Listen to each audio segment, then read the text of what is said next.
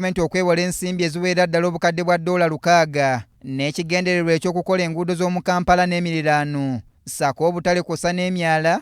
Olwaleero ababaka ba paalamenti abatuula ku kakiiko akalondoola ebyenfuna by'eggwanga nga bakulembeddwamu omubaka Robert Ndugwa Migadde wamu ne minisita omubeezi owa Kampala Kabweekyofa Togabye n'abalala basiibye mu Wakiso nga balambula enguudo eziri mu mbeera embi. Kitegeerekese nti ensimbi zino obukadde bwa $600 ezeewolebwa zigenda kukola enguudo eziwera mu Wakiso nga mu zino mulimu olwa Nnamulanda, Bweya mu Kajjansi, Bukasa Ssentema okutuuka e Kakiri, olwa Seguku, Kasenge, Buddo, Bandwe, Kyengera Mugongo, Kisoze Kitemu ne Naggalabi, kw'ossa n'olwa Nsangi Buloba nga zino ziri mu tawuni kanso y'Ekyengera kw'ossa n'endala. Kino kye tukubiriza Bannawakiso mulimu guno bagwanirize gye beetaaga abantu okuva mu luguudo kuba tekuli compensation, tekuli kuliira abantu.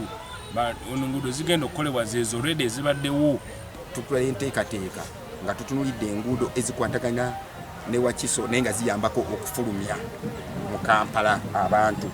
Ng'oggyeko enguudo waliwo n'obutale obuwerera ddala 20 nga bwe bugenda okukolebwa nga mu buno kwe kuli n'akaakawuku Daily Market n'obulala, era kano nako kalambuddwa.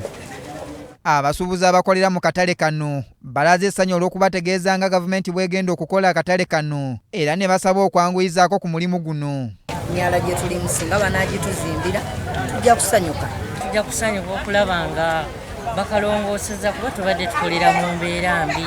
Babatuuze abakozesa enguudo ez'enjawulo mu Wakiso bategeezeza nti enguudo zibadde zifuuse akattiro olw'okujjulamu empompogoma z'ebinnya kw'ossa n'enfuufu. Tutta ebisooto amakubo gaseerera emmotoka zigwa naffe ffennyini ng'entambula mbi. Mbeera mbi nnyo tufiirwa n'abaana baffe muno olw'ekkubo kubanga ekkubo lirina obusoolezi lulina ebinnya.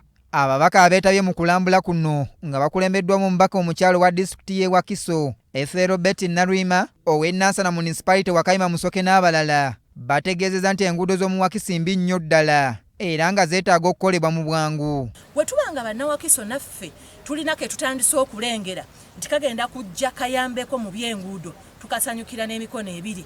Ate mu ngeri enjawulo nako tulinamu tukone ku butale bwe tusoose Kawuku, akatale ka Kawuku ke kamu ku obwo obugenda okutereezebwa. Ebyeddala sente zinaakola zigenda kukola bulungi kuba Nansana ebifo ne Wakiso ebiri populated ennyo ebisinga n'okuleeta omusolo ennyo naye nga tebirina nguudo ngumu oba nguudo esobola kuyitako traffic oba kanegi emala. Nze nga memba wa parliament ava mu bizinga saalyagadde bussi esigale nga tegguliddwa.